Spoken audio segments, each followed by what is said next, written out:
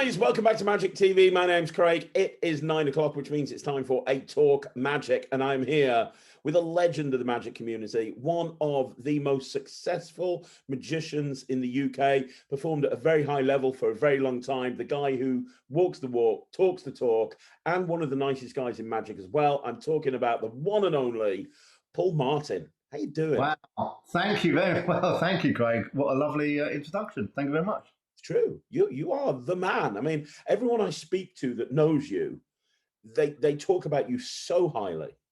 It's kind, yeah.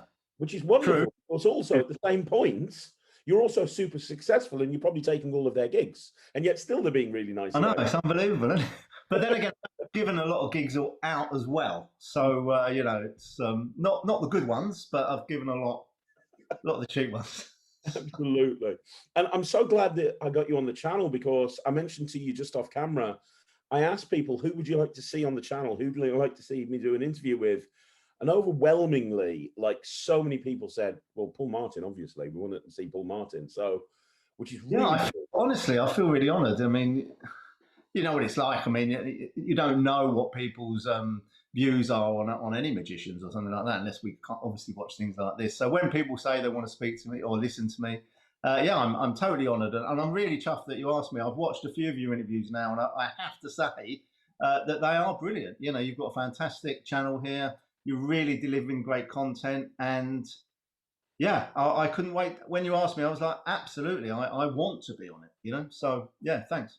No, thanks, Paul. And one of the reasons I didn't reach out to you earlier is because, and we'll talk about this later, but you're one of the few magicians in the world that got busier during COVID. You know, while you were being locked down and everyone else was sitting around just feeling sorry for themselves, you were just like, right, okay, I'm going to attack this situation. You started setting up academies for magicians. You were like really one of the guys that was dominating the corporate virtual world. Like you really, like, I mean, I'll tell you what happened. Basically, you know, we're all locked down. We're all expecting it to end in a few months. So everything was pretty chilled. And it didn't end. And then a charity who I work a lot with in the real world, normally hosting awards nights and their, charity events, said, oh, could you do a quiz for us on Facebook? And I was like, all right, why not? You know, got nothing on. And so I started doing that, and then that turned into a sort of weekly thing. And so we were looking at ways of making it better with software, etc. So then I started looking into the software and getting a better camera and getting lighting, etc. So I actually bought a course on how to set up a sort of home studio.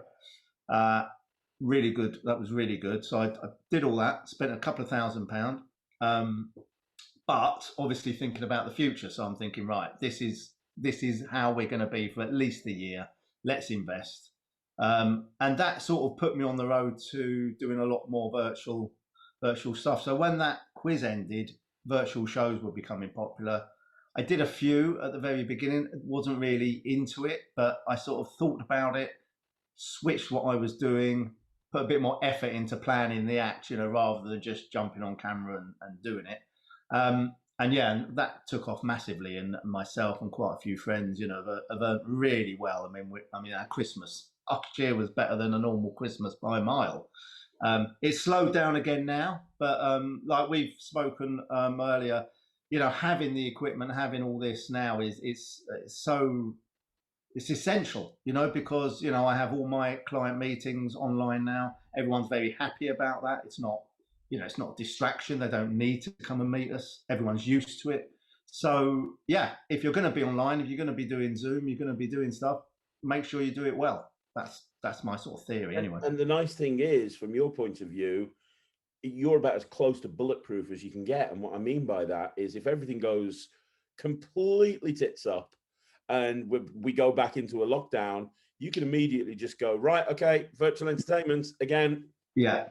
And, there's no mystery to success. You advertise and you get work. It's as simple as that. It always amazes me. Magicians say, how comes you're so busy? I advertise, right? If you don't advertise in one form or another, then you're not really running a business. So, and by that, I don't mean you have to spend thousands and thousands of pounds on advertising, but like you're advertising by doing this channel, you're promoting yourself. I'm in a way, advertising myself by doing this, but obviously I do AdWords, etc., that kind of thing, and I promote myself in some other avenues. And if you don't do that, then you're not going to get the work. And it's not like, years ago when we do a gig and everyone would go, oh my God, you're amazing. You should be on Britain's Got Talent. I want you at my party. That, we had to switch that to virtual. So yeah, I know for a fact if this all shuts down again tomorrow, I will be straight into my AdWords account, top of Google, and clean up, basically. Exactly. Yeah. And that's a nice situation to be in.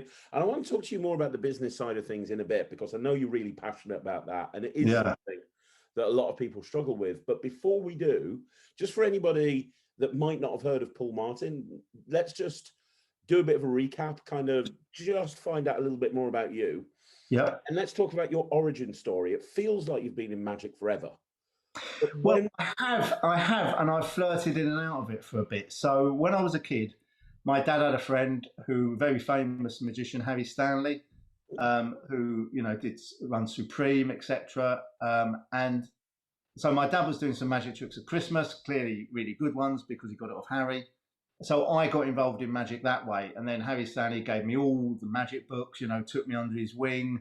He was basically going to make me the next version of Johnny Hart, right? So wasn't really my style, but at the time, that's what I did, So I was doing multiplying thimbles, zombie floating ball, linking rings, all to music, and up until about I was 15. And then I thought, so I was totally into it. That's all I wanted to do. And I hit about 15, 16. I was like, you know what? I really want to get my little Vespa 50 and, meet girls more and have fun. And that's kind of what I did. And I sort of left magic a bit. I mean, you never leave it, obviously, because it's, it's in our blood, isn't it? Once it's in there. But I was a bit of a frustrated, let's say, manipulation cabaret act, right? Because I didn't really know then that you could stand on stage and tell jokes. I hadn't really seen it. I'd seen Paul Daniels, but so yeah, I left it for a bit. Went and run pubs for years, sort of 10 years, which, to be fair, is an extremely good grounding in all walks of life. Ran pubs? Pubs and clubs, yeah. Oh, wow. Okay. Yeah, so I had a pub in Streatham, one in Kent, pretty rough pub. So I was kind of a guy at first Whitreds would use to sort of go and take over one of their pubs and sort of try and sort it out. And then obviously we owned one, and then eventually I moved. I ended up with the pub back in Streatham again. And I'll be honest, if I hadn't left that pub, I'd probably be dead or in prison. So it's not a good life that you really want to lead. And I left that, went in to do some sales, and then I thought, you know what, there's more to life than this. Let's set up a company. Actually, in the meantime, cleaning wheelie bins, which was. Hang on a minute. Can I just ask one question? Because this is fascinating. While all of this, pub owner, club manager, all of this is wheelie bin company owner, while all of this is going on, have you do you still practice magic, or is it kind of just kind of? I mean, a little bit. So it would be like, in my pubs, I'd do a little show every now and then, but not to the extent that I would have gone full time or anything like that. So. Yeah.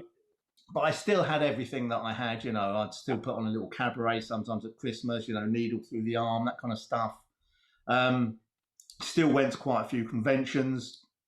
And anyway, I set up this cleaning business. Really, that went very, very well. Again, I never dreamt that I wanted a company that was going to clean bins, but where I'd moved to in Southeast London, there was a market for it. I saw a niche, set up a company, sold it 2 years later for a huge profit. And then I split up with my wife, my fiance at the time, and then I was like, right, what am I going to do? You know what? Let's give magic a go. So I dug out all the old books, bought a few DVDs, which were Jay Sankey's original 1, 2, and 3, which were brilliant, and got back into it, and then advertised. Then it was the Yellow Pages, and rang up a load of agents. Got on a few books, started getting bookings, like anyone. I was like, oh my God, I'm probably going to be found out here, that I can only do 8 tricks. but everyone really liked my performance style and what I was doing, and I just got busier and busier and busier. And from that, my sort of magic career progressed, let's say. So before we talk about your magic career, I've got a question here. From listening to what you were doing beforehand, running clubs, owning a pub, really big company, it sounds to me like you're very entrepreneurial. Yeah. Like, yeah. That's, I mean, yeah. I guess I didn't particularly set out to be entrepreneurial. I just don't like people telling me, what to do. So it's like, when I did work for people, I'd be sitting in like let's say a sales role. So for a short period of time, I was selling, believe it or not, wine to the Chinese. Okay, in Chinatown. Okay, so so I was working for this company, and the MD there, big-headed flash guy. You sit in front of him in his office, and he'd be giving it the big one. And I just want to say to him, "Oh, just shut up. What are you talking about? If we go in at a low price, we get the deal. That's how it works. They're not interested in any value or any nonsense. They want the cheapest product. If we can go in at the cheapest price, they'll buy a ton of it. That's it. You don't have to be good at sales. You don't have to be, anything else. Just cheap." And I just, it's not really my vibe. And I like creating stuff, and I like creating things that are successful. So, like with the pubs, I'd go to a pub that was either run down or quite violent, and I'd change that into a nice pub that everyone could kind of go into, and that's rewarding. And then so the same with the business. There's no point setting up a business with a plan to just tick along, or I set up that business to become super rich. I didn't become super rich, but that was my initial, oh my God, I'm going to clean every bin in the world. I'm going to get a contract with all the councils. We're going to, not do it this way. We're going to do it at a rock bottom price and clean every wheelie bin in Great Britain, but, that didn't happen, but I still done well out of it and still, sold it at a huge profit that led me to buy another house, etc., etc. So, yeah. It's I think in any business you're in, and magic is a business. I want to keep stressing that to magicians. You are the business. You have to think of it as a business. You are a business. So when you made the decision, you said, you know what, I'm going to give magic a go. Did you go into it thinking, okay, I'm going to run this as a business. I want to be the most successful magician in the world? Because the thing is, and I was speaking to a friend about this a little while ago, if you want to be rich, magic isn't necessarily the best place to go and do that, because your income, unless you go down the route of setting up an agency, or you go down the route of which I've done, your income is tied into your time. You get paid for a gig. You go to a gig, you exchange your time for money. You exchange your time for money. So there's always a cap on the amount of money you can make. So as somebody who has always recognized the importance of being entrepreneurial, the importance of having a business that's successful, what was your strategy, your thought process going into magic? Because you must have had that thought, because obviously you've and that's still an issue, I know, for myself and for every self-employed person, but I thought straight away, I was like, okay, look, I'm not getting enough work myself, through the advertising that was available at the time and through agents. So I need to team up with someone. I met Etienne at a gig, Etienne Friday. I met him at a magic convention, actually. He had the best act there, funny. I went up to him, I said, let me buy you a drink. He was like, okay. We had a drink, we had a laugh. He said, you're great, I'm going to give you a job. Never heard from him for another year. A year later, he gave me a job. We became best mates. I worked with him for years and years and years. And that got me really big in magic, to be honest. He gave me my first royal family jobs, etc. From that, I kind of branched out on my own more. Met Jamie Raven. Me and Jamie, probably the two busiest close-up magicians probably working at the time. So we had a lot in common, and then we set up an agency in Magic Place, exactly for the reason that you're talking about. Which again was a very successful agency, but it's not overly successful. There is a limit most of the work coming through a magic place was generated by myself or Jamie, jobs we couldn't physically do.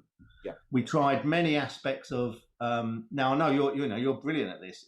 You're probably the master at doing this.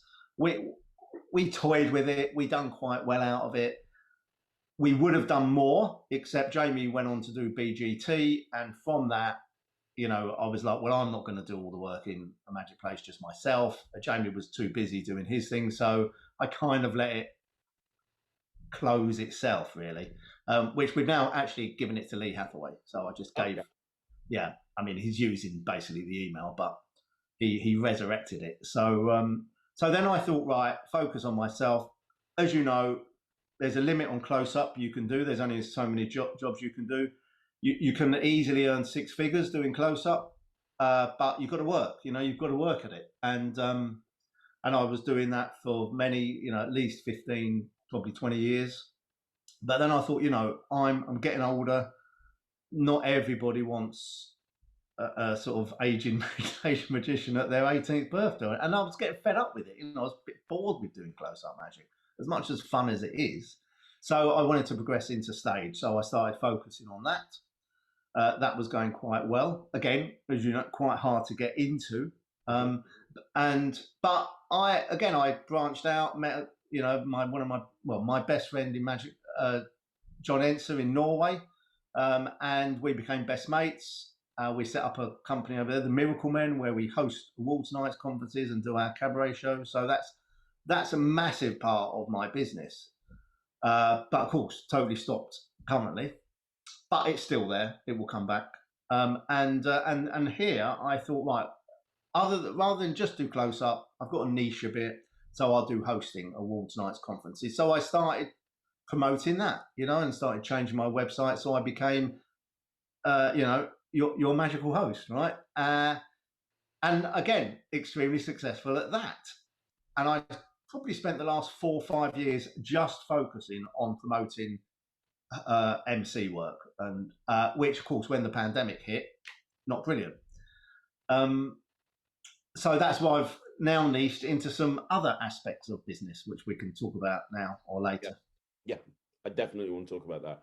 Yeah. I mean, you seem to have an ability of kind of recognizing where things are going and transitioning into it before it happens. Like, I don't know if that's on purpose. No, I think it's just about being aware, and planning for your future. You've always got to think. I've been at gigs with old guy magicians, right? And you're like, you see it. You see how their career slowly fades away. I mean, I remember years and years ago, I used to work a lot with Hugh Nightingale, who very sadly isn't with us anymore, right? But when I was starting out in magic, he was one of the busy guys. He was super busy. As my career took off, his career slowly kind of went down. Not because he was a bad magician, because people just didn't want a much older guy at their events, and I was aware of that. And I'm still aware of that. I don't get booked for an 18th birthday party anymore. I mean, I do, but, not like I used to do, So I was like, right, well, what, I can be a host till I'm 80. I can, that's not a problem. And the perfect hosting job for magicians, which will bring me swiftly onto my new course that I'm releasing soon, is the professional wedding MC. So to be an MC at weddings, this is the perfect opportunity right now for people to go, right, I'm going to pivot. I'm not just going to do close-up magic. I'm going to add something extra, and this is what we all have to do. You've got to think of everything that you can possibly do to add more revenue to your business, and keep going. This is the thing.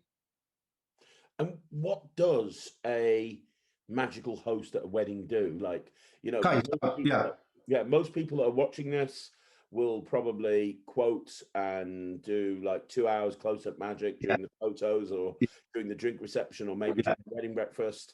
And that's the extent of what they offer. Well, you go in and you offer. I did for many, many years. And when I started getting into cabaret, I thought, how can I practice my cabaret? I know I'll offer the bride and groom just before the speech is a little 10-15 minute show. For £100 extra, £200 extra, sometimes free, just to start developing my act. Great little tip, by the way, if that's how you want to develop your cabaret act. But from that, I was looking at the Toastmaster, etc., and a few of my friends do this already. Like Spencer Woods, very successful in weddings. Lee Smith, who I work with both of them a lot. Hugh, probably the busiest wedding magician, or those two are definitely the busiest wedding magicians going. Super jam-packed with gigs. And one of their top packages is the MC. But I've taken it to a level where I use all of my skills and knowledge from MCing awards nights, conferences, and put that into the context of a wedding. So my preparation is second to none. I'll come on to that, but the premise is you are a magical Toastmaster. So not only do you do the close-up, you also do all the announcements, bring people into the room, introduce the speeches, in the cutting of the cake, first dance if it's the full package they're going for, etc. The great thing about being a wedding MC is it actually makes the magic the secondary. So where we all used to be at a wedding going, God, I've got to get around all these people. I've got to do, I'm going to do all of these tricks now. I'm going to do all of them, and then I'm going to do all the tables. And oh God, there's 100 people. Right, I've got to get around all them. You don't have to worry about that because you're the MC. But you're a magical MC. So you're like at reception, guys, how's it going? I'm Paul. I'm your host MC for the day. I'm also a magician. Let me show you a quick trick. Do one or two tricks, move on. So it's perfect. It takes all of that. Actually makes close-up magic for me fun again. Because it's not the only thing I'm doing. But I wanted to come at it from an angle where I'm totally prepared, as I would be at a massive conference or corporate event, awards night. So I've written a course specifically for magicians on how to be a professional wedding MC, which it's not released yet. It'll be released in a few weeks, and I'll let you know, Craig, when that's going to happen. But I'm really excited about this because literally magicians will double their money overnight. I mean, it's as simple as that, so you can easily be a six-figure magician by doing half the work you're doing now. I want to talk about this course. Adding that as an extra package. I want to talk about this course very quickly, but before I do, let me ask you a question about this whole thing, because this course is part of your Magical Academy, isn't it? That's right. Yeah. So again, before we talk about it, and I want to talk about this Magical Academy, let me ask you a question. Why did you set this up? Because, like we've just discussed, you are very, very successful, six-figure magician. You've carved a niche out as a magical host that you and maybe people like Lee and Spencer are doing a little bit, but it's really your thing. You're the guy that's kind of spearheading this whole concept. You're getting booked out like crazy. Your fees are going up because of what you're doing. Why would you then start creating this academy ultimately to sell that to magicians and create your own competition? Yeah. So, I mean, I reckon I probably, I mean, the definite, your magical host, I definitely came up with that. I mean, I don't really know any other magicians who are hosting awards nights. I mean, there are a few. There's a few on, if you do a Google search, a few people have copied my some of my text and even my logo, and you'll see them, and you'll actually see if you do a search on your magical host, they come up. Mm-hmm. Good luck to them. But with the wedding MC, Lee does it quite a lot. Spencer does it a hell of a lot, and I thought let's do it how I want to do it. But I set up the Pro Magic Academy back again at the beginning of lockdown. I bought this course, and so I had all this camera equipment, and I thought, I'm going to make an online course to sell to magicians. And I thought long and hard about what I could do, and one of the tricks that I'm quite famous for is the hoop and glass, which you can sort of see behind me. So it's a wooden drum hoop with a glass of water you put on it, or you mix a drink. Mike Caveney is he's probably the most famous magician for doing it. Has a fantastic routine with it. But I wanted to learn it, and when I did learn it, there's literally nothing on the market. I mean, there's literally a really crappy old PDF from 1950 that says stick a tin lid on a hoop and put a glass in it. I mean, it's terrible. So I learned the hard way. I got a young juggler to sort of help me initially, and then I bought hundreds of hoops, hundreds of glasses, created the routine, learned it myself over the period of about a year. So I thought, you know what, I want to give that back to magicians, because I know a lot of people will get a lot of people want to learn this routine. So I made a course specifically for that, the Hoop and Glass Masterclass, which is on my Pro Magic Academy. I then released another trick, my bank night, which is a really easy to do bank night effect that I'd actually done with Jamie, and we were selling. So I've now put that onto the Pro Magic Academy. And then I was like, okay, so the Pro Magic Academy is going really well. We've got the Facebook group. I've got my groups for the Hoop and Glass and everything. Let's bring it all together and deliver a really good course where people are gonna. I didn't really want to go down the route of, hey, come and join me and you're going to be a 6-figure magician. I don't really want to do that, because it's not really my thing. But what I do want to do is genuinely say, if you do this, you will double your money. I mean, there's no bullshit here, right? This is no salesy stuff, no fluff, no nothing. This is fact. You do my MC course, you will double your money. That's it. And I want everyone to make more money. I want magicians to be better. There's too many magicians going out for shit money, screwing it up for everyone else. So we should all be on a good fee, delivering a really good product, I'm quite passionate about that. Well, here's a question.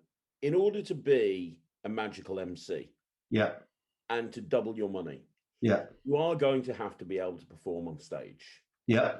And I know so many close-up magicians that the thought of performing on stage scares the crap out of them, because they're fine going up to a group of 4 or 5 people, but you see them on stage in front of people, they crumble.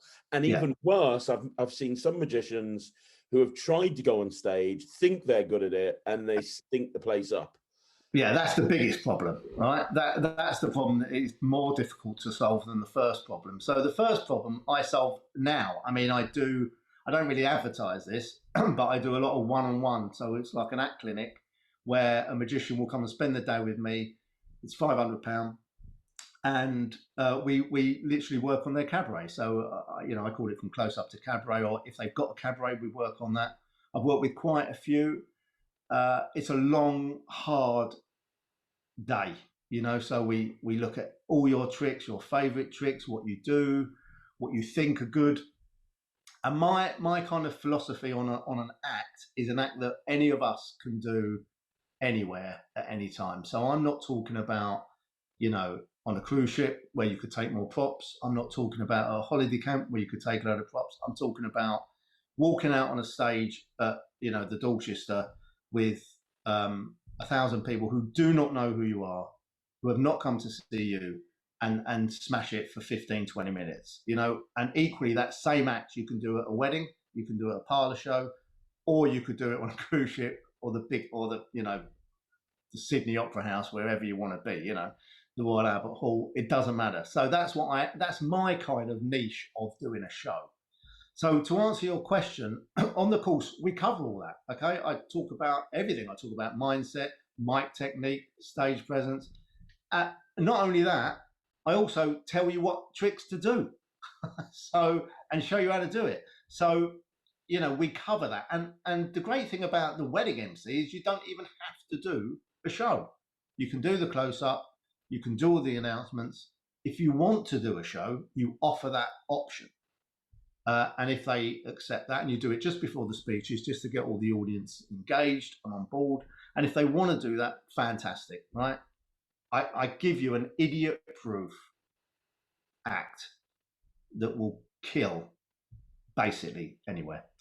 So yeah, no one's got anything to worry about. And as you know, I'm always available. I'm there. I'm in the Facebook groups. On the Pro Wedding MC course, I have a weekly. There's a private group where we'll have a weekly live, so they can ask me anything they want and learn exactly how I do it. Aren't you worried though, by offering this and basically giving people a show, and offering your bank night and your hoop routine and saying how you do what you do, you're going to have a load. You're basically creating your own competition. You're going to have a load of people out there doing your act. Yeah, that is an issue, and I've probably already created that. To be fair, because a few hundred people have my bank night. I've done gigs where people do my bank night every week. Like residencies and stuff. And there's nothing worse, is there, than you want to turn up to a gig and you can't do your own trick. Saying that, in that bank night, it's a adaptation of other people's bank night, so it's the same for them. I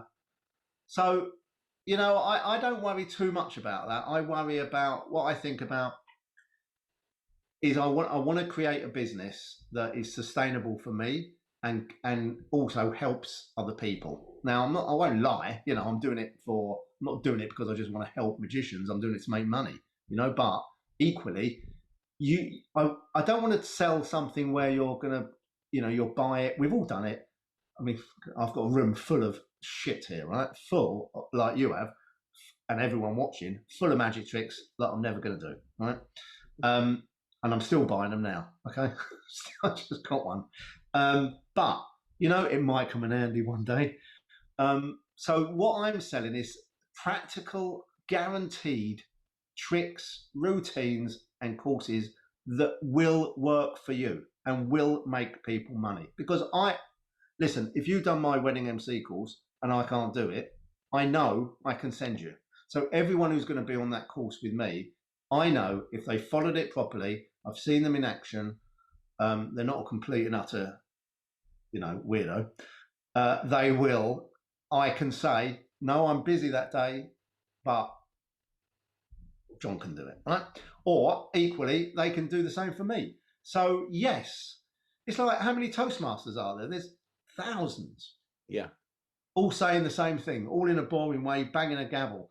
I believe the world's changed now with COVID. Okay, everyone wants a bit of fun. It's the perfect opportunity for us magicians to really, really excel here without being like close-up super spreaders, which is what we are effectively. Yeah, and you know what? I mean, I love the concept of what you're talking about here, but brides and grooms are always looking to do that thing that makes their wedding stand out different.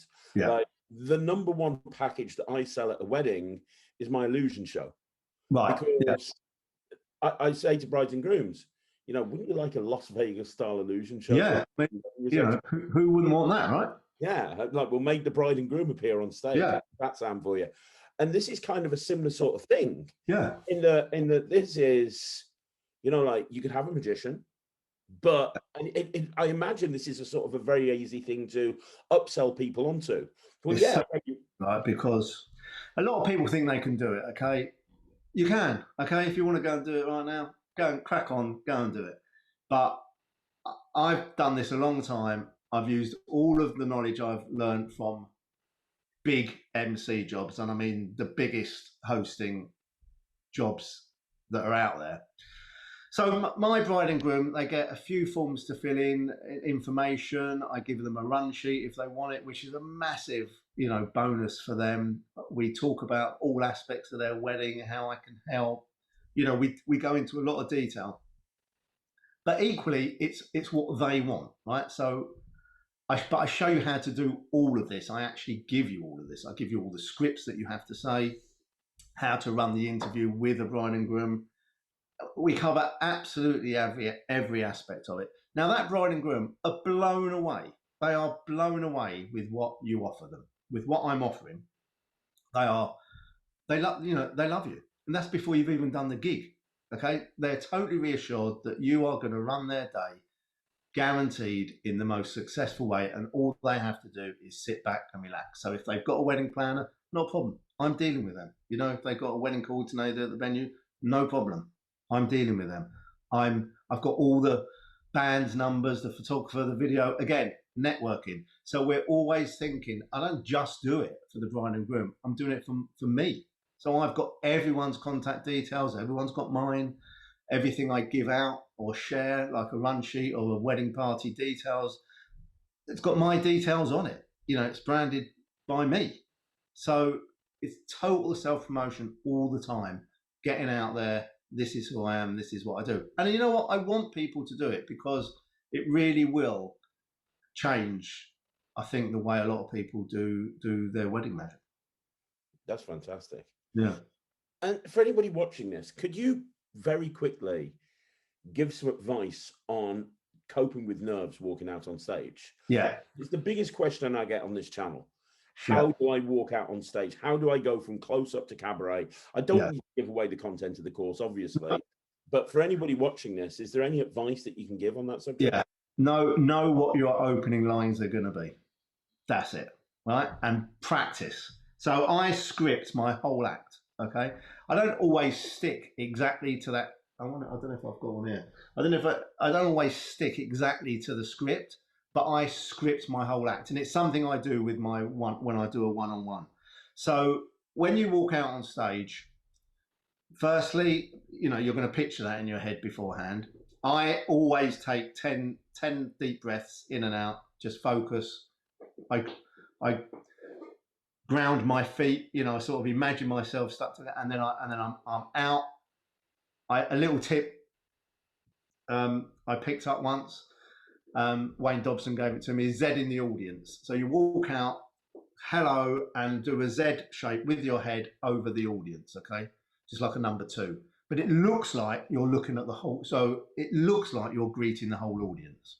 You're not, but you start up there, here.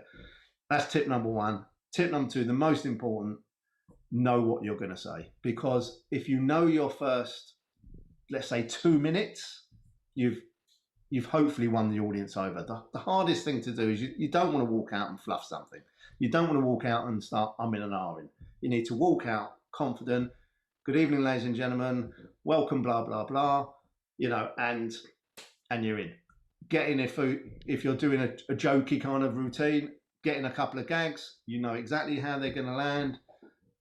Then it doesn't really matter. Then you're into your magic, right? Or you're into whatever you're going to do. I use a technique which I'll give you now, okay?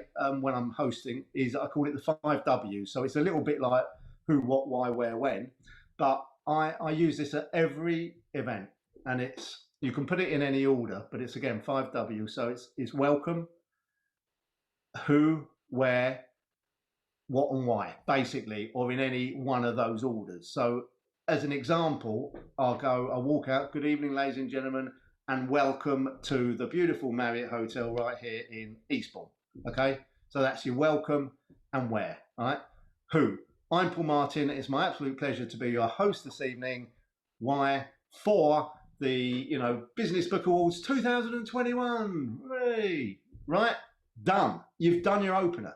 Then it's like, what's going to happen next? We've got a fantastic night for you. We've got singers, dancers, blah, blah, whatever. So just by thinking of those 5 things, those 5 W's, you've already structured your whole opener. I don't actually give that to anyone, but that is for me. It's like, welcome's not going to change, and where ain't going to change. So when you're going to walk out. Good evening, ladies and gentlemen, and welcome to the Holiday Inn in Peterborough. Done. I'm Paul Martin, and it's my pleasure to be your host this evening. Done. And then you blend that into whatever you're doing. Good evening, ladies and gentlemen, and welcome. I'm Paul Martin. It's my pleasure to be your magician this evening. Whatever it might be, you're going to say. But with cabaret, I don't do that. I will have my opener. It's the same opener I use all the time, pretty much. I'm not going to tell you that because it's quite personal to me. But, I know it's funny. I know it works. And I know when I'm standing there, no matter what's going to happen in the room, I can deliver that. Because the worst thing that happens when you're doing cabaret is all the staff come in, start clearing plates, although you've told them not to. All of these things, So you just need to deliver that first couple of minutes, get it out of the way, and then you're into your act. And you can deal with what's going on. If something like that is happening, you can deal with that. So that would be my biggest tip: is learn your opener. That's really good advice. Yeah, that's really good advice. Another thing I want to point out, by the way, that just occurred to me while you were talking about that, is we've mentioned about the wedding masterclass that's coming soon. Yeah. In the next month or two, hopefully Yeah. that Yeah. will release. Probably going to be, I'm going to do I've got a Facebook group. It's called Pro Magic Academy. It's not the page, it's the group. You need to come and join. Mhm. I have to let you in, but I think hopefully you'll share a link. If anyone wants to join it, come and join. In that group, I'll be sharing a free webinar on being a wedding MC. Perfect. So that'd be like 5 tips on how to do it. From that, if you're interested in learning more, then we can have a chat. But yeah, so come and join that, and I'll be giving other stuff away. I'll probably get you on to come and do an interview yourself, Craig. So anytime. Yeah. The hoop and the glass. Yeah. We've touched on that, but I want people to understand this is a separate product. I mean, this is separate to the wedding course. Yeah. This is incredible. A lot of people are going to be like, hoop and a glass. What's a hoop and a glass? Like, Yeah. why should I learn that? I mean, this is one of the strongest things that you can do. I just need people to understand. I'm going to be reviewing this soon, and I remember doing this about 15 years ago with a pool triangle. Yeah. But your routine is so much better. Yeah. Paul Zennon does it brilliantly with a triangle, and he's passionate about that. It's kind of his routine, and I saw Mike Caveney do it. I love the routine. Didn't really think much of it. And then I was actually having an act clinic because I do have them myself with friends. And we'd just done a show at the Magic Circle. It was Jez Rose and Richard Pinner. And we'd all done the show. I'd hosted it. They were both acts on it. And we all sat down after and said, you know what? Let's have a day together and look at each other's acts and critique them and make them a bit better. So I was like, why not? So we did that. And Richard actually said, you know what would be brilliant for you, Paul, which would be great for the hosting as well, is the hoop and glass. And I was like, you know what? Yeah. So I looked into it. Nothing. There's just nothing about. So I basically spent, a year researching it, learning it, and then making a course on it. What I love about this trick, this routine, is it's not magic. Okay. And it adds an element of a skill into your act that not everyone does and not everyone can do. So if you want to learn the hoop and glass, you have to practice the hoop and glass. This is not a trick you buy and glue a glass to a hoop and throw it up in the air. It is practice. But everyone who's bought the course has learnt it. Some people have learnt it literally in a week. Not the full, really hard, difficult stuff, but definitely the basic routine. I mean, there's a clip on my Facebook page or Michael J. Fitch's Facebook page where he came over to my house a few weeks ago, and I taught him the basics in an afternoon. So, that's how, one-on-one tuition, you can really learn this in quite a quick way. Doing it in front of people, that's a whole different matter. But you have to just get out there and do it. I love this routine, and it just sets you a little bit apart from your bog standard. Oh, look, here I am, a bit like Darren Brown, or I'm a comedy magician, or whatever magician you want to be. Right? Not everyone can do it. That's the good thing. It's an investment. It's not cheap. There's a reason for that. I don't actually make much money on it because, the hoops are handmade. I have them handmade in the UK to my exact specification. I've used bloody every drum hoop you can buy. Okay, I've invested a lot of money in it. I now have them handmade. I've now decided to supply 2 hoops because they do break eventually when you're rehearsing. So I'm going to up the price a little bit in the next few weeks. And yeah, you get everything. You get the glasses, you get the hoops, you get, access to the course for life. You're in the private Facebook group, tuition with me if you want it. So yeah, for me, it's a no-brainer. I mean, you know the importance of investing in yourself as a performer, okay? It amazes me that so many magicians think about money as some hurdle. Okay, I know no one has infinite funds. I certainly don't, but I've invested a lot of money over the last year to build the Pro Magic Academy, to get where it is now. So it's making money. Same with my camera equipment, etc. You know, that led on to me getting lots of big corporate awards, online awards and things, because they saw on LinkedIn and everywhere else that I've got a giant green screen behind me and all the lights and the camera. So companies like, oh, that guy knows what he's doing, you know, let's use him. I didn't have to advertise. I was advertising by sharing what I do. So I've always been a fan of, you know, posting on Facebook, here I am at a gig. Not like, here's my office for the day, but just like, you know, a nice post, because I know there's been this thing about magicians, oh, God, you know, where are you? But you know what? I'm not doing it for magicians. I'm doing it for my clients, right? For my family, my friends. So people know that I'm out there. How does everyone know I'm a busy magician? They see me. They see me at gigs, you know, on social media. So, you know, it's important you do that. Don't worry about what magicians say about it. They can jog on, you know, let them sit in their bedroom, you know, masturbating. Let's be honest, right? You know, get out there, promote yourself. So it amazes me. The products I sell aren't cheap. There's a reason for that, because I want you to. You will earn money by investing in it. You will be a better performer by investing in them. So yeah, the bank night is £95 for 3 envelopes. It's not 3 envelopes. You know, it's 10 years of work from me and Jamie, developing a routine that absolute kills at any event, you know, anywhere. That's what you're paying for. 95 quid. I mean, it's nothing, is it? You know, so yeah, all I'd say, my best advice to magicians, if you say, I can't afford that, well, you can, you know, borrow it. Not for my cause, but I'm just talking for you, for your business, your future. You have to invest. I want to say one quick story, and I know I'm probably talking too much, but I remember a magician coming to me and saying, Paul, could you give me some work? I've got no work. I said, well, I'll tell you what, before, you know, I give you work, let's have a look at your, you know, what you're doing, see where you're going wrong, because, you know, you're a nice guy, you look good, I know your magic's good, there's no reason why you shouldn't be working. I said, let's have a look at your website. He said, I haven't got a website. I'm like, okay, have you got a brochure? No. Right. Let's have a look at your business card. I haven't got a business card.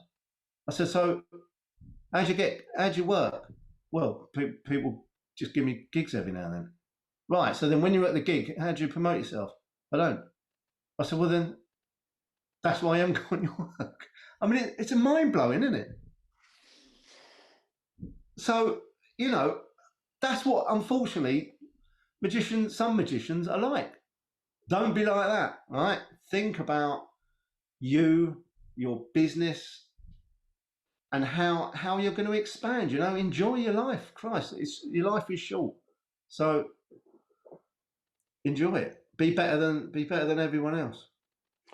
Well, you know, this is going to be the most difficult question to answer ever, and it's very open-ended. But you know, do you have any, as somebody who is very successful at getting gigs, do you have any advice on how to get more gigs? I mean, obviously, you've said right from the beginning of this interview, treat your magic like a business, and I've been banging on about this on the channel since I set the channel up over a year ago.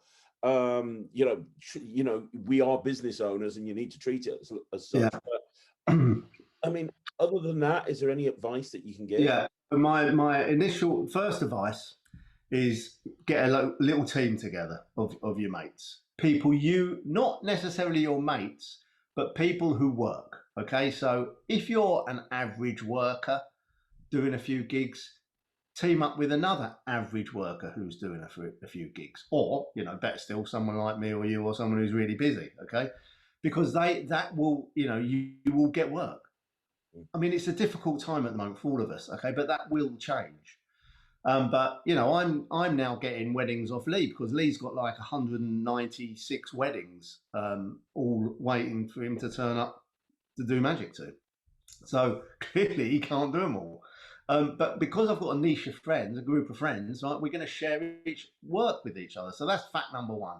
Number two, you've got to advertise. Okay, now, so that can be self-promotion, it could be paid promotion, but you have to do it. Number three, look at your website and think, is this who I am? Okay, is this the product that I'm offering? So don't be, I do everything, right? Don't be, I do, every single form of magic ever invented, I can do.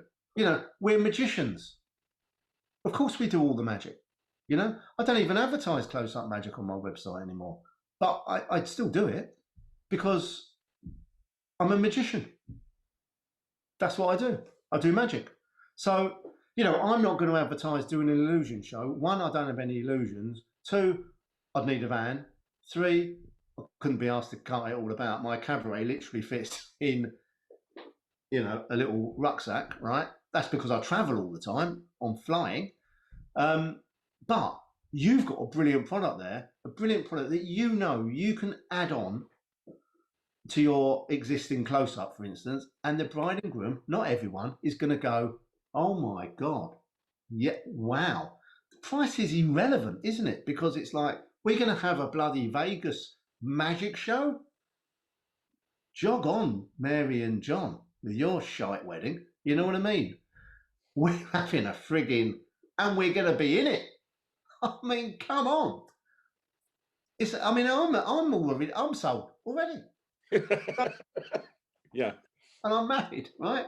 But by adding extra stuff, just by thinking about it a little bit, you'll make more money. But the way I've done it, seriously, is I've teamed up with other magicians. We've shared work. I've done Google Ads. I've done SEO. I'm not an expert on SEO by a long shot. In fact, I'm really shit at it. I've had companies try and do it.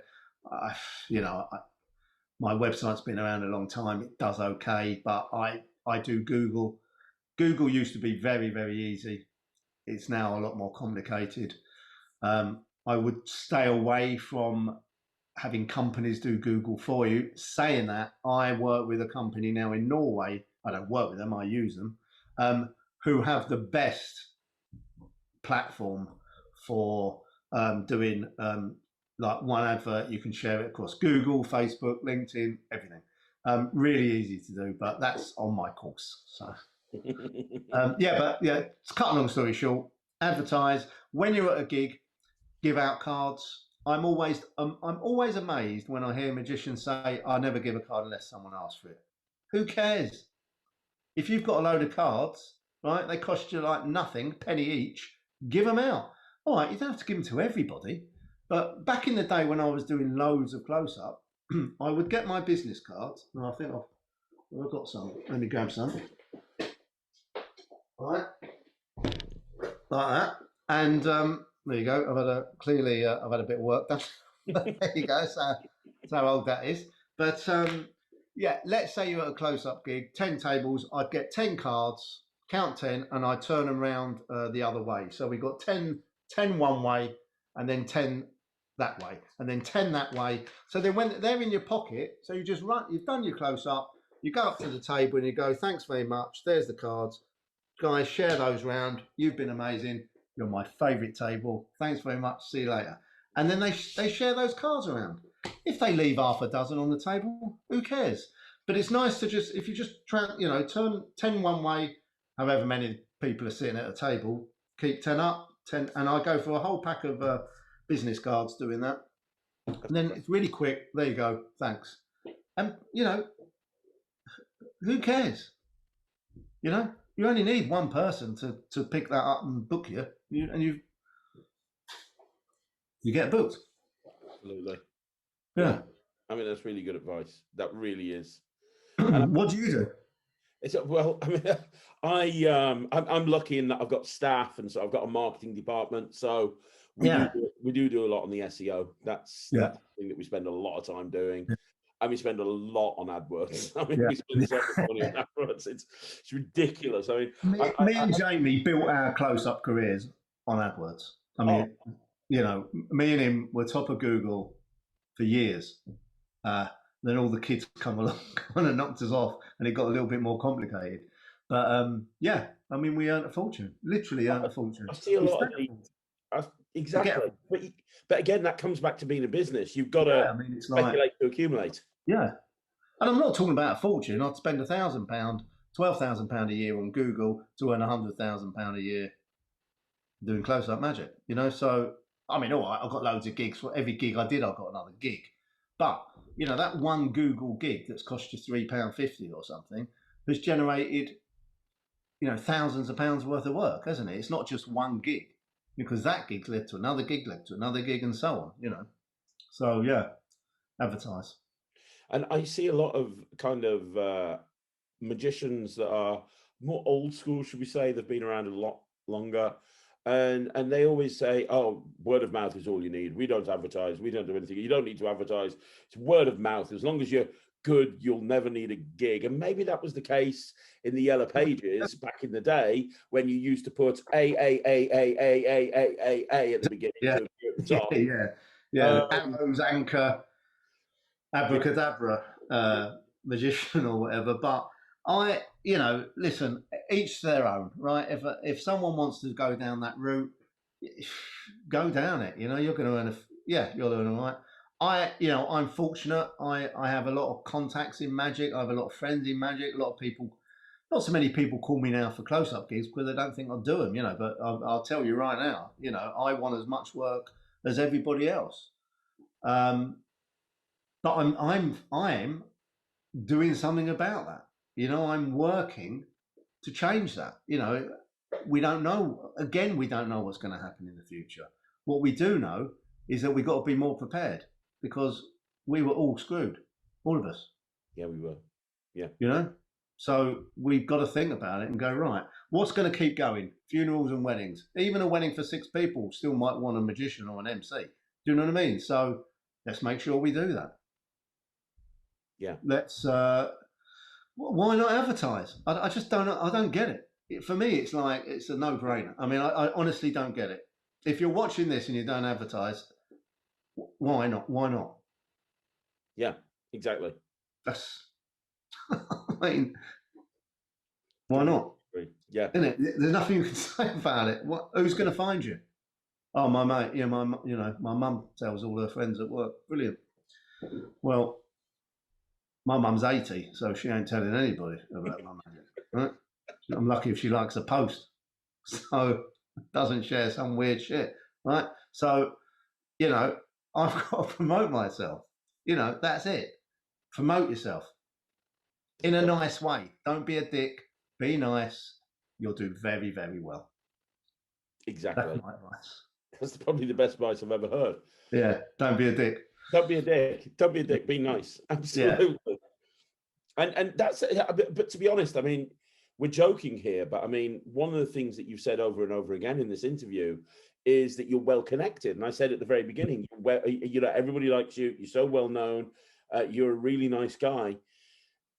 It's about networking, isn't it? And a lot of people think about networking as going to B&I or something like that. But networking is being at a magic club, being at the magic circle, wherever it may be. And it's about, even like doing stuff like this. Okay, it's about being accessible, being available. I'm just, if you can get out there, meet other magicians, mix with other magicians, like you say, be a voice. You don't have to. You don't have to shout from the top of the rooftops, "This is who I am," or anything like that. But you have to look at who you are. Okay, so if you're a shy magician who just wants to do a bit of close up as a hobby, brilliant, right? Do that. If you want to make a living at it, you've got to be out there. You've got to meet venues. You've got to meet the people who are working and running in those venues. So when you go to a gig, say hello to everyone. Drop off a box of chocolates every now and then, or a bunch of flowers to someone. It doesn't matter. I give away £5 every time I do my bank night. I don't think I'm giving away £5. I'm charging like 1,500 quid. I can give away a fiver, even if I was charging 100 quid. I'm not, but I could still give away a fiver. It's a nice gesture. I've got a way of getting that fiver back if I want to do that. But you've got to network. Networking is really the key to anything, and being nice and open and sociable. And another thing, like I've worked with so many magicians who like, oh, so what are we doing, 7 till 9? Well, yeah, about that, right? Well, because me trains at like 10 past. So, well, and then the gig starts at 7:30. I'm sorry, but you know what? All we've got to do is work for 2 frigging hours that day. Okay, it might be an hour's journey, 2 hour journey to do those 2 hours, but be flexible. Okay, you, I've done. I'm sure you have. Well over my time, sometimes under time. Okay, I've gone above and beyond. I've hosted a bloody awards night when they didn't even need a host, but the host didn't come. I'll do it. That led to like 4 jobs or something. At 2-3 grand a pop. So I mean, the more people want to work with people they can trust, they know are going to do a good job. They're going to be safe. You're not going to be lazy. You're not going to get pissed. You don't smoke. I mean, I've done all of that. Trust me. Me and Etienne would smoke and drink at gigs. It wasn't good. It wasn't professional. We had a laugh, but that, in hindsight, that's not the best way to be. Fortunately, we were very good and also really likable, so it didn't matter too much. But in hindsight, it did matter. So be professional, be good, and go that extra mile. 100%. It will pay. It will pay off tenfold. Don't you think? I totally agree with you. Totally agree with you. It's that old B&I thing, isn't it? Know, like, trust. If people know you and like you, they'll trust you, and once they trust you, they'll pass work on to you because they know they're going to do a good job. And they recommend to everyone else they know. I mean, I'm currently doing a couple of really cheap things for like a mate who's got a hotel. He met me at an awards night. He gets a table there every year. But he's introduced me to like 6 wedding venues in Suffolk, where I've now moved to. So I mean, who he's very well connected with. So it all works. It's like it's one big product that I'm trying to deliver, and there's lots of different avenues you've got to deliver that product. Totally agree. Totally agree. The other thing that you mentioned there, which I'd like to pick up on quickly, is being visible, like creating a band, getting everyone to know who you are. Yeah. You talked about, you post all the time about where you are and what gigs you're on. Yeah. As magicians, we should be really thinking about social media. We really should be thinking, because we've got the sort of product that social media really works for. You can go out and you can do extreme burn to camera at a gig. 60-second video, people see you at a gig, they see you working, see you suited and booted. People see that stuff. And I get it. I know magicians don't like seeing other magicians do that. God, a few years ago, there was a massive thing. But I said all along, I don't give a flying, what, right? What you think, because you ain't paying my bills. You're not paying my mortgage. Okay? I'm paying my bloody bills, and I'm going to do what I want to do, and I will always stick by that. If you don't like it, unfriend me, don't follow me, okay? Because I don't really like you that much anyway. Do you know what I mean? So, I mean, it's important, I suppose. You don't have to be a dick about it. I mean, I'll be at the airport, I'll take a picture of me breakfast, gets 30, 40 likes, but what it means is everyone knows I'm back in Norway about to do a massive job.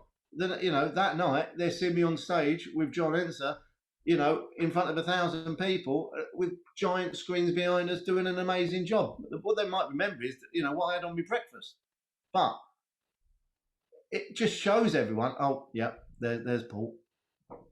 Yeah, wish I was doing that. There's Paul.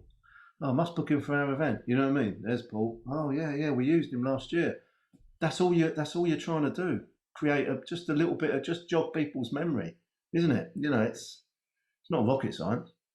Well, I'll tell you something that I haven't mentioned to anybody. This is the perfect example.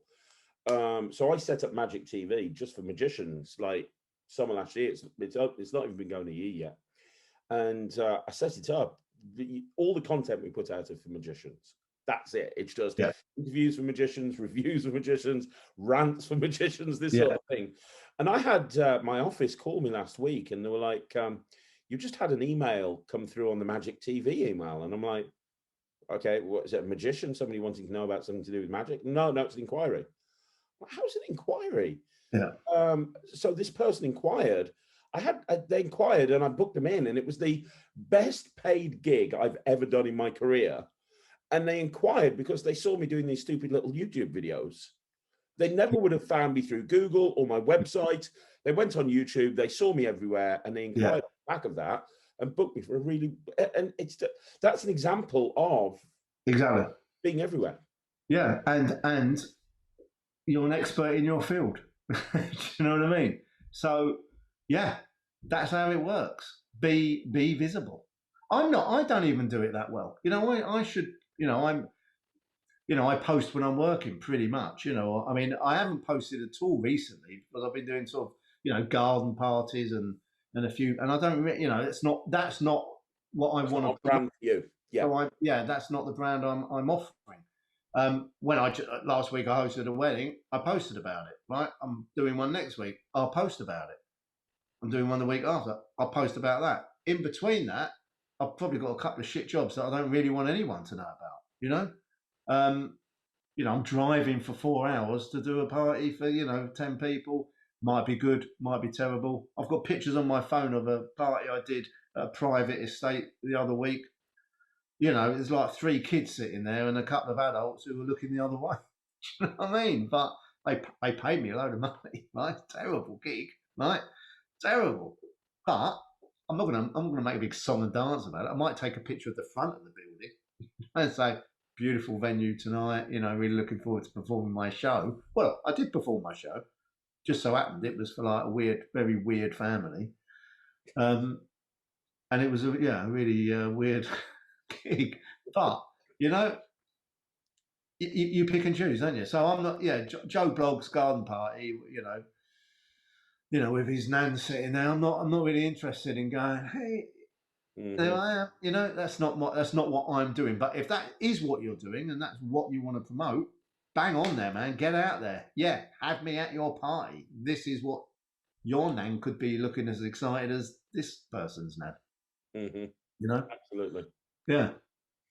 So here's a question. We've already established that you're really busy. You were really busy in lockdown with all the virtual stuff. You're really busy out of lockdown. I know you're currently in the middle of finishing everything for the MC course, which I know you're super excited about. You're busy. You are incredibly busy. And yet, as of the time of filming, you've decided to run for council for the Magic Circle. I know. I mean, I know. What? Well, all I can say is, for the magicians who are in the Magic Circle and in the Magic Circle Facebook group, you will know what the bloody hell is going on at the moment. It's just crazy. I mean, it's totally due to online, where everything's switched to like this virtual thing. People are voicing their opinions, and there's a couple of nutcases, let's say. I don't know how much I'm supposed to say. This could be electioneering. I don't know, but I don't know, right? If it is, sorry guys, it's not electioneering, okay? So I'm running for council because I generally thought I'm going to have a go at making a change. Now, one of my best mates, Lee Hathaway, has been on council. He's done amazing things in the Magic Circle.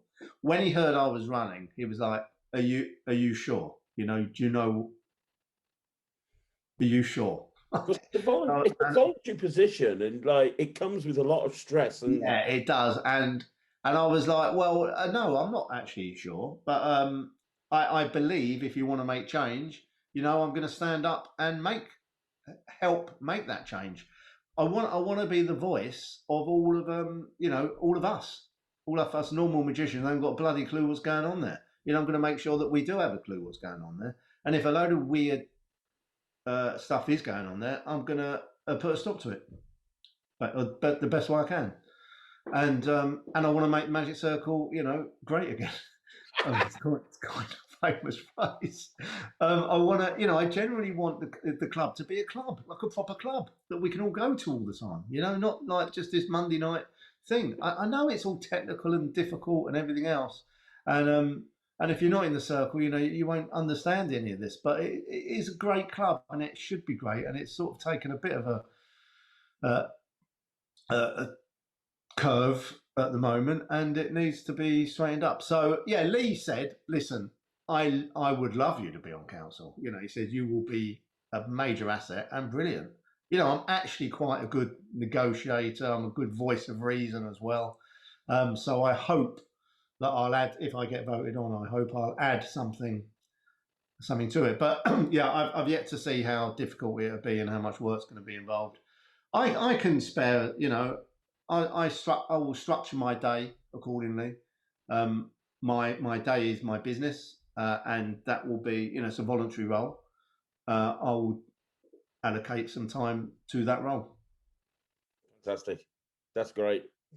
Isn't it? That's all you can do. You got my vote. Thanks, mate. 100%. That's one. Here's one last question for you, which is, and this is a question I ask everybody I always interview: what's next? And what I mean by that is you have achieved so much success. Even before you came into magic, you were incredibly successful, and you've achieved the same, if not more, success during magic. You've progressed from close up to cabaret to MC. You're now running the the academy, which is becoming even more popular. So what's next, both in terms of you as a performer and your plans for the academy? Like, are you wanting to do other courses in the future? Yeah. Like, is there anything left on your magical bucket list that you haven't yet achieved? Because I mean, you've done so much. Yeah, I mean, there's lots of things on magic bucket list, I guess, I'd like to achieve. I want to perform more. I want to be on more stages, obviously. I mean, it's great being in the corporate world because you can, you know, I'm doing great gigs, right? But, you know, it's difficult to say, would I like to do my own show? I'm not sure. I mean, I like what I'm doing now, you know, or what I did do. I like the style of how I do it. I'm quite happy with that. I don't need magicians to recognize my success as such. My real focus now is close up magic. I reached a pinnacle point, I guess. I've done that. Cabaret, I've reached a certain point. There's still growth there. You know, I still want to work on my act. I still want to be busier in my act. I still want to perform that act more. I'd like to host some conventions. I think I am hosting one shortly, or perform at one. And my main focus now will be the Pro Magic Academy, because that is not going to just be, you know, a couple of tricks from me and a couple of courses. I want it to genuinely be, like, I know Lee Smith is going to write a course on networking. Lee is the network king for like gigs. I mean, seriously, he puts me to shame. So I'm saying to him, look, let's write a course. I'll help you. We put it on the Pro Magic Academy. You know, you pay a small fee to have me host it, but then you will make money. So, you know, I would love it to eventually be a portal where, you know, people can host their courses. Or, I mean, it amazes me, right? Let's say you invent a really great trick, and like if I gave that magic, my bank night, to all the magic dealers, you know, they pay me peanuts, yeah. So why not sell it yourself? I mean, it just amazes me why people don't do that. We all have the ability now, not with even the Pro Magic Academy, but we've all got the ability. You've got a Facebook group with thousands and thousands of people, hundreds of Facebook groups, thousands of magicians. If you've got a good trick, have it made up, and you know, create your little promo and start sharing it and try and sell it, you know, and give it to people like you who might review it, and, you know, all the review things, you know, and get it out there and make some money yourself. I agree with you. I completely agree with you. And that's the entrepreneurial way to think of things.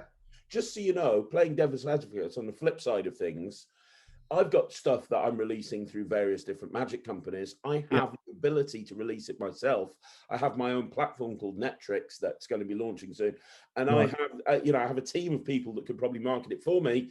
Yeah. But the reason I go through companies is I'm kind of a little bit lazy when it comes to that. Like, I would come up with the trick and go, Here you go, Yeah. Peter Alakazam, have this. You know? Yeah, but you've got that model in place. You've Yeah. put that model in place. You have a team of people. I have a small team that help me run my business, but that is that's a copywriter I use. It's a web designer I use. They're not in house, so I have a team of people that I would class as part of my business. And outsourcing is so important. Yeah, and so I'm not going to write copy. Okay, I'm gonna. You know what? I've got someone who's brilliant at it. There you go, do it. And sometimes when I get that back, I'm like, I could have bloody done that one myself. Why didn't I just copy me brochure in the first place? But do you know what? I don't have to worry about it. Any web design stuff, I don't have to worry. I don't have to learn how to do it. SEO, I can't do it. Okay, I haven't got time to do it, so I'll get someone to do it. Same with me AdWords. So yeah, delegate that out. For me, and I'm talking here for the small individual magician. If we don't come up with that many tricks all the time. I don't. So when I do come up with something, I'm like, do you know what? I want to maximize my profit for this. Now I could sell it to Alakazam, who I love. I could sell it to get Prop Dog to do it, who I love. Dave, I grew up with Dave in magic. So Dave at Prop Dog's my mate, right? So he sells my bank night. He does that.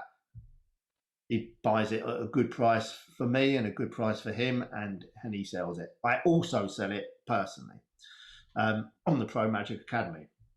But if I gave that to Murphy's, they give me, look, there's nothing wrong with that. Like Paul's Balls, my little tossed out lottery book test that I made, I sold thousands of them to Murphy's. Made me a good deal. Great trick, by the way. Not many of them are left now. Brilliant little trick, that is. But yeah, so I would just say to everyone here, well, look what's left for me. I'm focusing on the Pro Magic Academy. I've got a couple of the wedding MC courses coming out.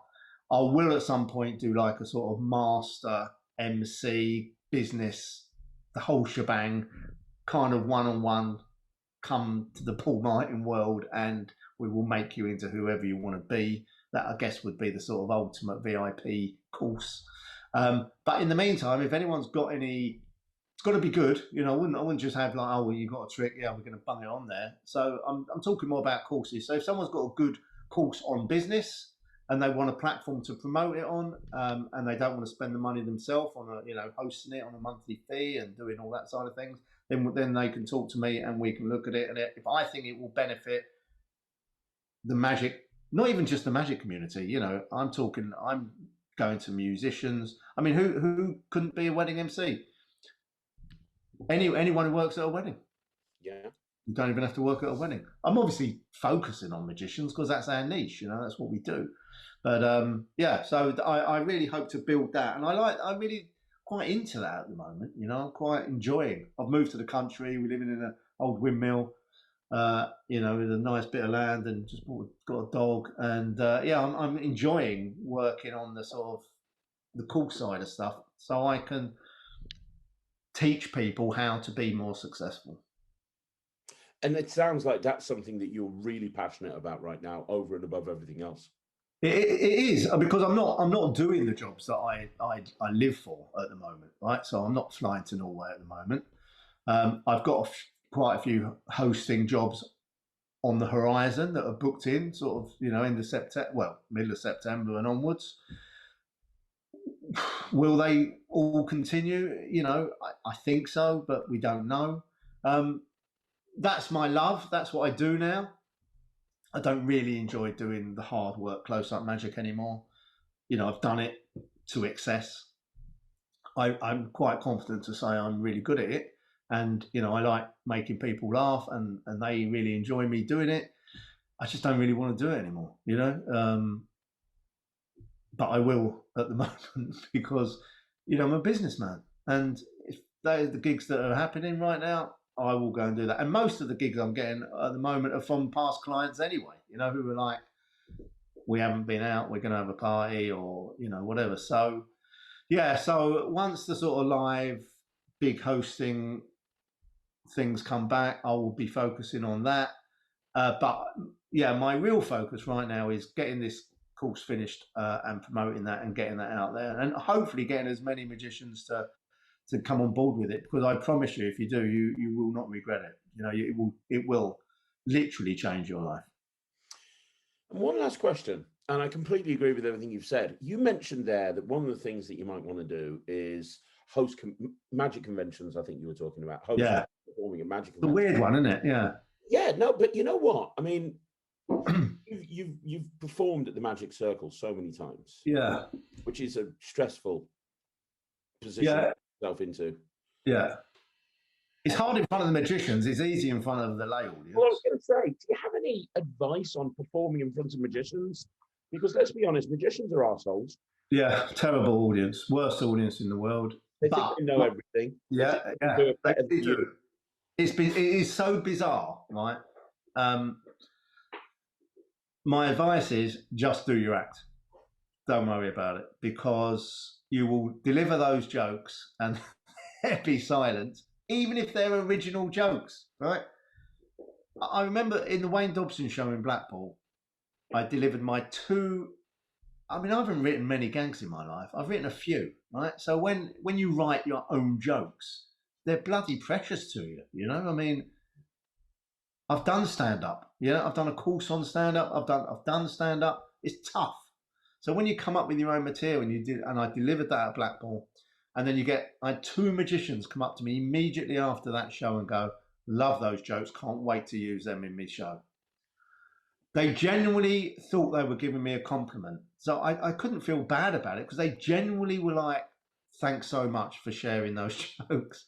Because that's what they think the magic world is, right? You buy a trick, it's yours. You learn a joke, it's yours. So, it's our job to try to educate people not to copy everyone. Look at it. Like with my hoop and glass, I say, right, don't copy it. I'm giving it all to you, but try to create your own routine a bit. See what works for you. Here's all the bits you need, and take whatever bits you want, and then try and create your own, which I'll help you do. Am I the most original bloody magician in the world? Of course not. Do I use some stock gags every now and then? Of course I do. Do I want to? Not really. But I will walk out on the stage sometimes and want to just come out. I'm not going to deny that doesn't happen. It does. But weirdly, as an MC, you kind of have a bit of carte blanche with that. You can do that. But yeah, so going back to your question, I do deviate. It's good. Is just deliver your act. So I've done the Magic Circle. I've said a couple of dodgy gags in my time, which got massive laughs, but that's me. I've got away with it. But working for magicians, toughest gig, I'd say, just deliver your act and do it as well as you can, and don't worry too much about that you've got people sitting there going, oh yeah, so go on then. Why is he busy? It's not even funny. Well, that's an easy trick, isn't it? Well, anyone can do that. I could do that trick. I can tell you how to do that. Doesn't matter. None of us are magicians. Mm-hmm. Let's get that bit out there, yeah? We don't do real magic. We cheat. Mm-hmm. So, okay, someone can be better at fiddling with a pack of cards or a coin than me. You know what? Well done. I've got my skill level that I've reached. I'm happy with that. Yeah. I don't need to do any more. What I need to do is make my act as brilliant and as professional and as funny as I can make it. So I can, live the life that I want to live. Yeah. That's it. That's great. That's great. And that's what comes across in this whole interview. What's come across is we've only got one life on this world. Yeah, let's have fun. Yeah. It's too short, isn't it, to think, I lost my dad. He was quite young. He was 65, right? But, and, it really makes you think, like life is short, right? So don't worry about what other people think. The best bit of advice I've had ever in business is don't care. Don't care what other people think. Like by that, I mean your competition, other people you might work with. Care about you and your clients and your business, but don't worry about what other people think, because you know what? You can't change that. You can't change their view. Some people, I'm sure, really like me, and others don't. You know, I've done stuff at magic conventions that you know, lots of people found extremely funny. A couple of people didn't. Yet another comedian can say exactly the same stuff as I said, and it's, to them, it's hilarious. And you know, I'm like some villain or something. So, you know, I don't care. It's like, you know, I'm really happy in my life. I'm happy with who I am. I'm happy with how my life's gone. I'm happy. I don't have any regrets about anything ever, pretty much. And I just want, you know, I really do want magicians to be better magicians. We are, unfortunately, in a business where anyone can be a magician. Okay, you need very low skill set to actually be a professional, a successful professional magician. Let's be honest, right? So I'm not saying, you know, this works for everyone, right? But you know, I've met many people. I've taught people how to be magicians, like, you know, friends. You know, I've said, don't worry about that. Let's get you a dice. Let's get you a few bits and bobs. Let's take you to Dave's. We'll get you a wallet and a ring flight and a few other bits. And in a few weeks, you'll be earning 500 quid working with me at the back of the room. You know, and they did it, and they did it, and they're still doing it. So I want magicians to be better than they already are. I want magicians to have successful businesses. I don't want to be competing with people who want to copying me or copying, you know, your magical host or anything else. I want people to be themselves and look at them and go, you know what, this is who I am, and I'm going to be brilliant at being who I am. That's my that's sort of my weird goal now. But I generally want. I'm really excited about this magical MC, because the wedding MC, because it really will add value. If there's magicians out there who've got the balls to step up, and I've spoke to quite a few who have, to step up and go, do you know what? I'm going to invest in that. I'm going to take a risk. I'm going to invest, and I'm going to make some fucking money here, you know, and in a more fun way than you're already doing. It's easier. It's just preparation. That's the key. Which is, to be honest, the key to everything, isn't it? Prepare. Yeah, it is, exactly. Yeah. You know what? I know that this is going to be successful for you, because everything you've ever done has been successful. And I think you've got the same attitude as me, which is go big or go home. If you're going to do something, do it 100% and do it to the best of your ability and really deliver on what you're doing. Yeah. What's the point? I'm not a big one on manifestations and all that. You know, I mean, I know that works for some people, right? I wake up in the morning and I'm happy that I'm awake, and I'll lay there in bed thinking about the day, and I get up and I will give myself some time to work on my business, and I have to, you know, now I have to play with my dog for a bit. I have to, you know, do this, do that. My wife works from home as well. She's really busy doing her thing. So, you know, we're all working around each other. But, you know, I know what I have to do in my business at the moment. My business is running my current business, but developing this new one. So that's taken a lot of my time at the moment. But I've got that all mapped out. It's planned. I was working on that a bit today, you know, because I don't care what. We don't have kids. We've got a puppy, right? So, I mean, as long as the puppy's happy, we're happy. So, yeah, I can, you know, I don't care that it's a Sunday, right? It is Sunday, isn't it? I think it's Sunday. Yeah, pretty sure. It is Sunday, right? There you go. That's right. So, yeah.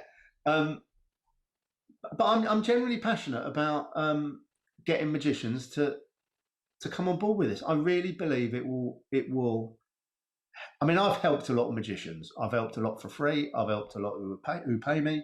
I have magicians message me all the time. I'm giving them advice all the time. And you know what? I quite like doing that. I quite like helping people. You know, it's rewarding. But equally, you know, I'm not doing anything always for free. You know, so like my course, you've got to buy it. I'd love to be in a position where I'd say, you can have it. But I'm not in that position. Yeah. And I'm never going to be in that position because I'm a businessman. So, You know, I've got something to give. I put a year's worth of work into this, so it will help people. As well, if you buy one of my tricks, you know, you're going to be a better magician. Yeah, And and there's more to come. yeah, and that's great that you're scaling this up. So here's the question: before we wrap all this up, where can people follow you on social media? First of all, I'm going to put links down in the description and Yeah. put them at the bottom of the screen.